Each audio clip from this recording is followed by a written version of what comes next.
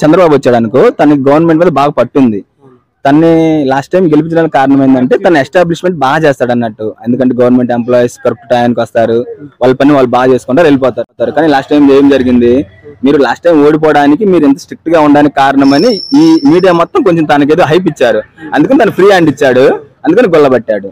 అందుకని ఈసారి తన ఓన్ గా డిసిషన్ తీసుకుంటే మంచిది. ఈసారి గెలిస్తే ఒకటి చంద్రబాబు నాయుడు వస్తాడా, జగన్ వస్తాడా? నెక్స్ట్ అయితే 150 వచ్చినాయి. ఇప్పుడు జగన్ కి ఎన్ని సీట్లు వస్తాయని ఇప్పుడు చంద్రబాబు నాయుడు నిలబడుతున్నాడు. చంద్రబాబు నాయుడుకి ఎన్ని వస్తాయి, ఈయనకి ఎన్ని వస్తాయి? చంద్రబాబు చేసిన పనులు ఏంటి, జగన్ చేయకున్న పనులు ఏంటి, ఈయన పనులు చేసే ఏంటి? In my prospect Jagan will get 100, Chandrababu will get 75.